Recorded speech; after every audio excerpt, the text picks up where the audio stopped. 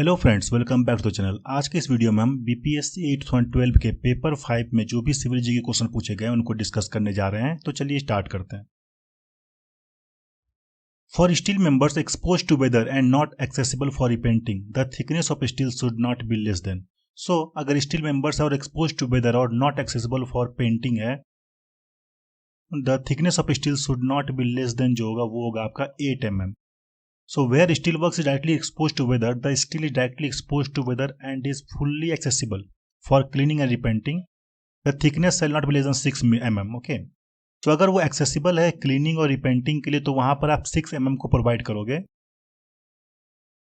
जो है वो डायरेक्टली एक्सपोज टू वेदर है, और नॉट एक्सेसिबल टू क्लीनिंग और रिपेंटिंग है तो वहां पर आप 8 mm का थिकनेस प्रोवाइड करोगे फॉर द स्टील मेंबर। तो यहाँ पर जिस क्वेश्चन में नॉट एक्सेसिबल फॉर रिपेंटिंग था तो हम यहाँ पर 8 mm का thickness of steel member provide करेंगे। अगले क्वेश्चन में चलते हैं। The limiting deflection for steel become supporting floor and fall ceiling should be.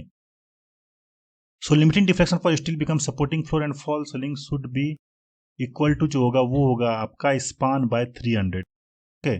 So as per IS 800-7 table 6 जो डिफ्लेक्शन लिमिट कहता है, डिफ्लेक्शन लिमिट ये कहता है कि limiting deflection for steel become supporting floor and roofs element not susceptible to cracking should not be more than span by। और अगर element susceptible to cracking है तो वहां पर क्या होगा, should not be more than span by 360। Okay, but इस option में जो है यहाँ पर आपको span by 300 will be the correct one। अगले क्वेश्चन पे चलते हैं। At liquid limit the, so at liquid limit जो होता है shear strength is considerable होता है। ओके। सो लिक्विड लिमिट क्या होता है? लिक्विड लिमिट होता है it is the water content corresponding to the arbitrary limit between liquid and plastic state of consistency of soil. It is defined as the minimum water content at which the soil is still in the liquid state but has a considerable shearing strength. So यहाँ पर जो liquid limit जो होता है वो shear strength जो होता है वो कंसिडरेबल होता है। अगले क्वेश्चन पे चलते हैं। Falling head permeability test is used for. So falling head permeability test जो होता है वो यूज होता है generally for the clayey soil. Next question. Westergaard's theory is more suitable for. तो वेस्टरगार्ड्स थ्योरी जो होता है उसके कुछ एजम्पशंस होते हैं। उसके एजम्पशंस क्या होते हैं? The soil is elastic and semi infinite. Second assumption क्या होता है? Soil is composed of numerous closely spaced horizontal layers of negligible thickness of an infinite rigid material and the rigid material permits only the downward deformation of mass in which horizontal deformation is zero. तो यहाँ पर देखिए क्या है second assumption में, numerous closely spaced horizontal layers means जो Westergaard theory है वो मोर सुटेबल होता है for the layered soil. Next question. Expansion of soil under shear is called. तो expansion of soil under shear जो होता है वो कहलाता है आपका डायलेटेंसी। सो डायलेटेंसी क्या होता है? It is the volume change observed in the soil sample when subjected to shear deformation at constant pressure. Next question. Most of the shear test are done on equipment with which are. So most of the shear test are done on equipment which are जो होता है वो होता है आपका shear controlled. सो जो shear test होता है उसमें जो भी वेरियस इक्विपमेंट होते हैं वो जनरली कंट्रोल्ड होते हैं, स्ट्रेन कंट्रोल होते हैं। Okay. Next.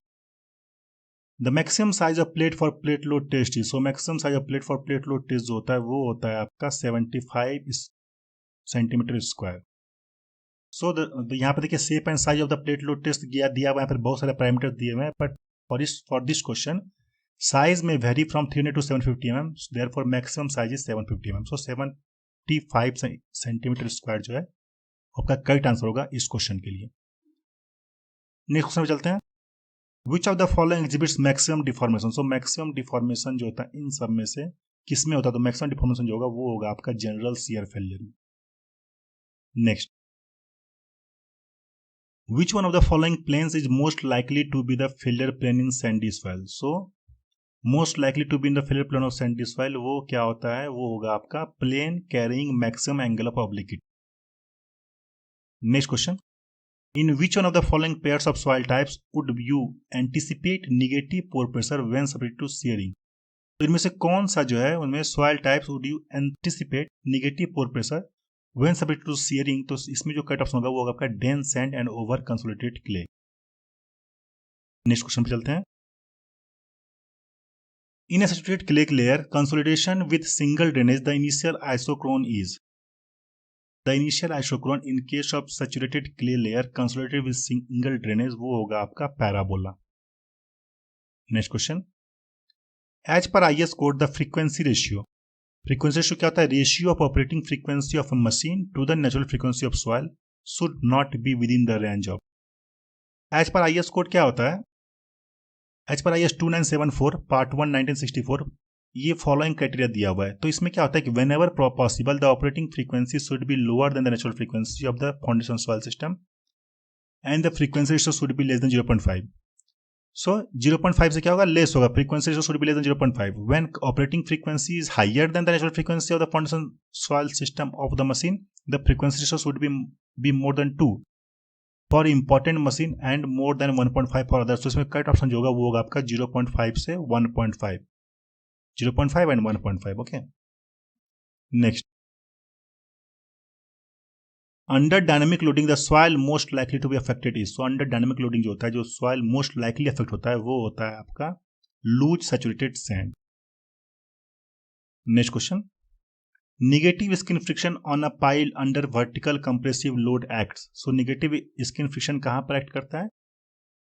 Negative skin friction जो एक्ट करता है वो होता है downward and reduce the load carrying capacity. देखिए यहां पर जो नीचे वाला जो पार्ट है, यहां पर क्या होगा? ऊपर की तरफ फ्रिक्शन लग रहा है, बट जो यहां पर नेगेटिव स्किन फ्रिक्शन रहता है वहां पर क्या होता है कि नीचे की तरफ फ्रिक्शन एक्ट करता है जिससे कि load carrying capacity of pile जो होती है वो रिड्यूस होती है। That's why negative skin friction on a pile under vertical compressive load acts downward and reduce the load carrying capacity.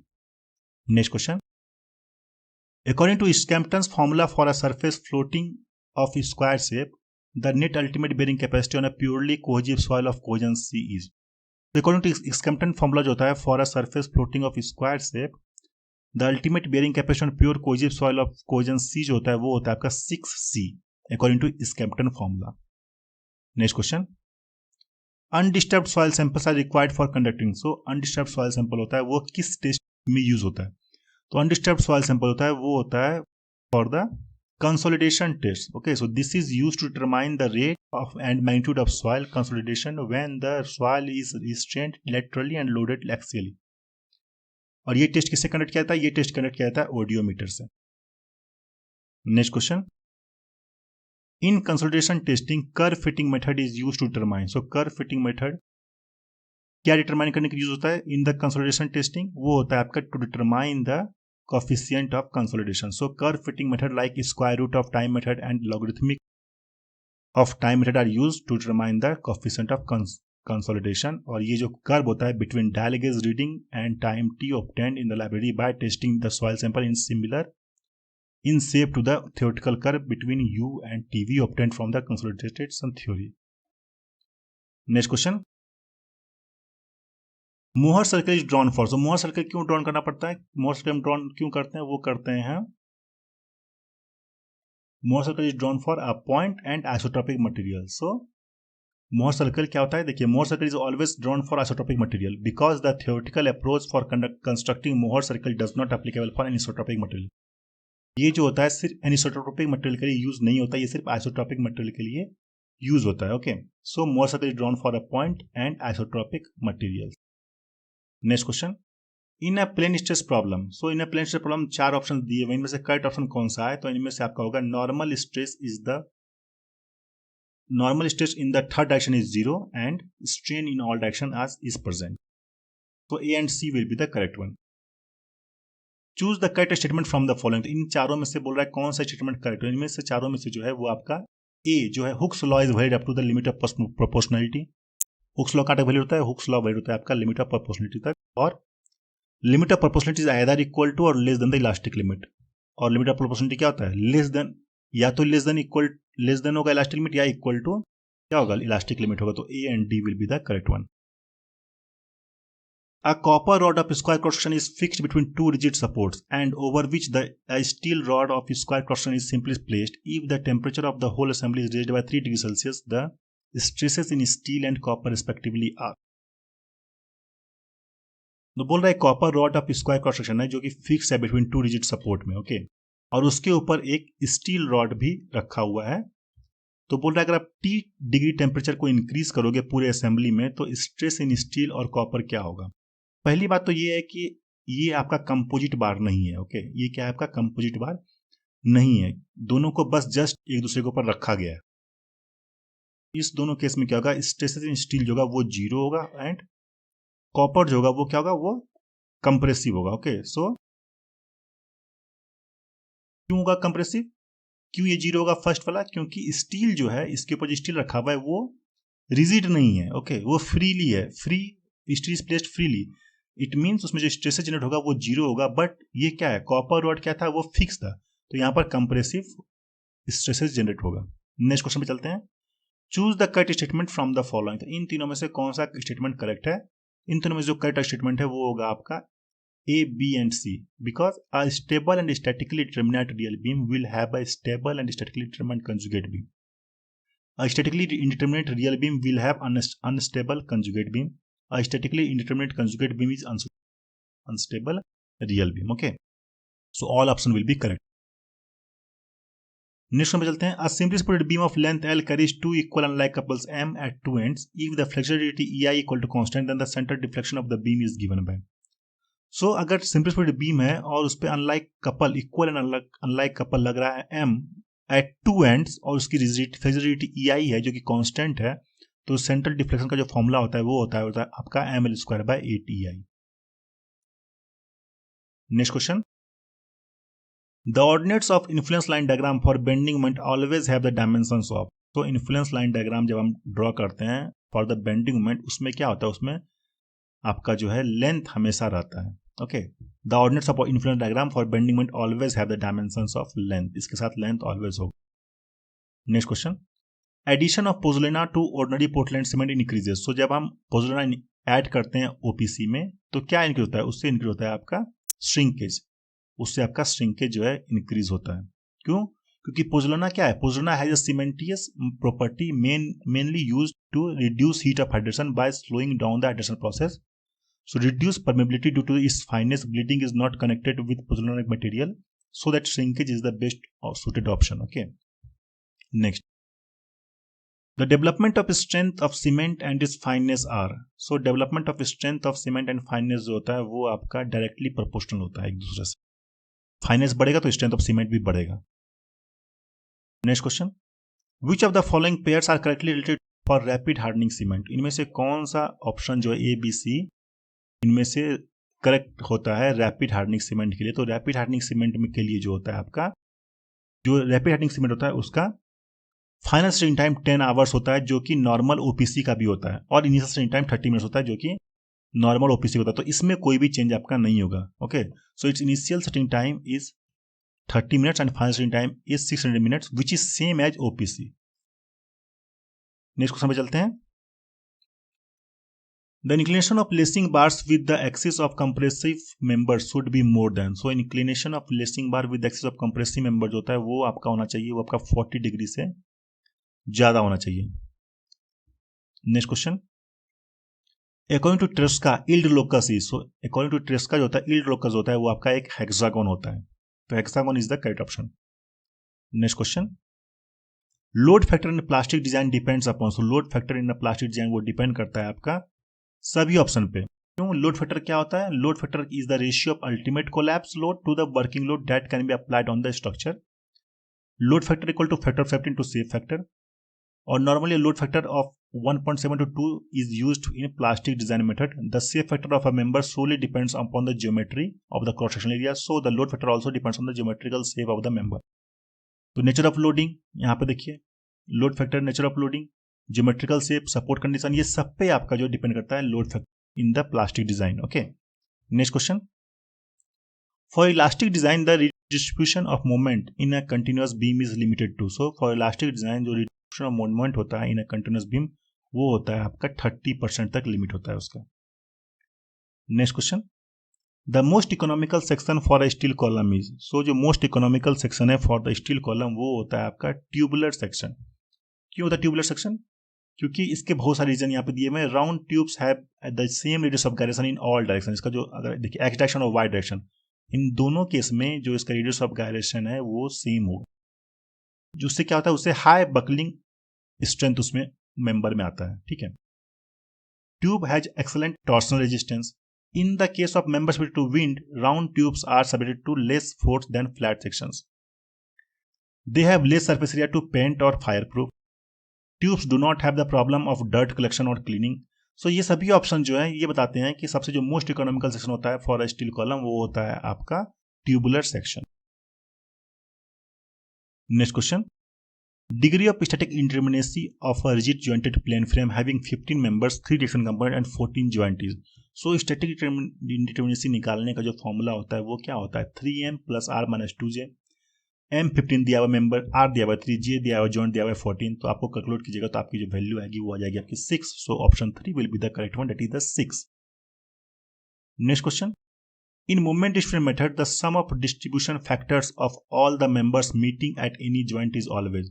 So sum of distribution factors जो होता है in case of moment distribution method जब आप use करते हैं तो at any joint जो इसकी वैल्यू होती है वो होती है आपकी 1। Next question, the moment required to rotate the near end of a prismatic beam through a unit angle without translation the far end being simply separated is given by. So बोल रहा है moment required to rotate the near end of a prismatic beam through a unit angle without translation the far end being simply support अगर वहां पर है तो उसकी value होगी आपकी 4EI/L। अगर फार एंड फिक्स है तो क्या हो जाएगा, फार एंड फिक्स तो हो जाएगा आपका 2EI/L, हाफ हो जाएगा। ठीक है, next, the 3 moment equation is applicable only when. So 3 moment equation जो होता है वो एप्लीकेबल होता है, कब होता है एप्लीकेबल, वो एप्लीकेबल तभी होता है जब होता है there is no discontinuity such as hinges within the span. Next question, the Muller Breslau principle can be use to. So Muller Breslau principle जो होता है वो होता है आपका यूज कब होता है, वो यूज होता है आपका determine the shape of influence line. आप ILD निकालते हो तो उसमें इन्फ्लुएंस लाइन का शेप बनता है। Indicate the parts of structure to be loaded to obtain the maximum effect. Calculate the ordinates of the influence line. So all options जो है वो आपका करेक्ट है। Next question, for stable structures one of the important properties of flexibility and stiffness matrices is that the elements on the main diagonal. तो इनमें से कौन सा ऑप्शन आपका करेक्ट है। सो फॉर स्टेबल स्ट्रक्चर जो होता है आपका मस्ट बी जो properties of flexibility and stiffness matrix is that the elements on the main diagonal must be positive of stiffness matrix, option A, and option C must be positive for flexibility matrix। दोनों के लिए positive होगा। Okay, next question, for limit state of collapse flexure the maximum strain in concrete at the outermost compression fibre is taken equal to the. For limiting state of collapse जो maximum strain है in concrete at the outermost compression fibre वो किया जाता है आपका 0.0035। Next, in an RCC beam compression failure occurs in. So in RCC beam जो होता है कंप्रेशन फेलियर अकर्स होता है वो होता है आपका ओवर रेनफोर्स सेक्शन में। तो सबसे पहले जो कंप्रेशन फेलियर होता है वो होता है ओवर रेनफोर्स सेक्शन में in RCC beam. Next, in a two way spanning slab if corners of the slab are not allowed to lift torsion reinforcement is provided at corners in the form of mesh। The size of mesh should be equal to, size of mesh होता है for the two way spanning slab जब हम corners of the slab not allowed to lift वहां पर हम mesh provide करते हैं for torsion reinforcement तो वो होता है आपका 0.2 LX into 0.2 LY, that is span divided by 5। Next question, in an RCC slab having effective depth equal to 100 mm maximum spacing of main reinforcement should not be greater than। सो अगर effective depth equal to 100 mm maximum है तो spacing of main reinforcement जो होगा वो आपका क्या होगा, वो आपका 300 mm होगा। क्यों, क्योंकि जो एज पर IS 452,000 क्या होता है आपका the horizontal distance between parallel main reinforcement bars shall not be more then 3 times the effective depth. 3 into 100 that is 300 mm और मैक्सिमम भी जो है 300 mm भी दिया हुआ है तो स्पेसिंग ऑफ मेन रेनफोर्समेंट जो है should not be greater than 300 mm answer होगा। Next, in a steel roof truss if angle iron purlin is used the depth should not be less than। Angle iron Perlin use किया गया तो depth जो should not be less होना चाहिए वो होना चाहिए आपका span of Perlin divide by 45। यहाँ पर आपको बहुत सारे प्रॉपर्टीज दिए हुए हैं पर्लिन्स के, वो आप यहां से पढ़ सकते। Next, lateral stability of steel beam increases. So lateral stability of steel beam increase कैसे होता है, वो होता है आपका bending compressive stress in beam. Next, distance between purlins on sloping roof depends on. So distance between purlins on sloping roof जो होता है वो डिपेंड करता है आपका टाइप ऑफ रूफ कवरिंग पे। Next, the strength of strut depends upon. तो strength of strut जो होता है वो डिपेंड करता है आपका स्लेंडरनेस रेशियो ऑफ स्ट्रट पे। Next, when purlins are placed between panel points, the principal rafter is to be designed for. So when purlins are placed between panel points, the principal rafter होता है वो design होता है आपका for the axial compression and bending moment. Next question. If diameter of reinforcement bar is D, the anchorage value of the hook alone will be. So diameter of reinforcement bar अगर D है तो anchorage value of hook जो होगा वो आपका 16D होगा. यहाँ पर देखिए hooks U type hooks for 180 degree, ये आपका 16 into 5, that is 5 the radius. So यहाँ पे D radius दिया हुआ तो 16D. Next, web crippling generally occurs at a point where. So web crippling कहाँ अकर्स होता है? वेयर, जहां पर कि आपका कॉन्सेंट्रेटेड लोड एक्ट करता है, वहां पर वेब क्रिपलिंग होने के चांसेस होते हैं. So thank you very much guys for watching this video. Thank you.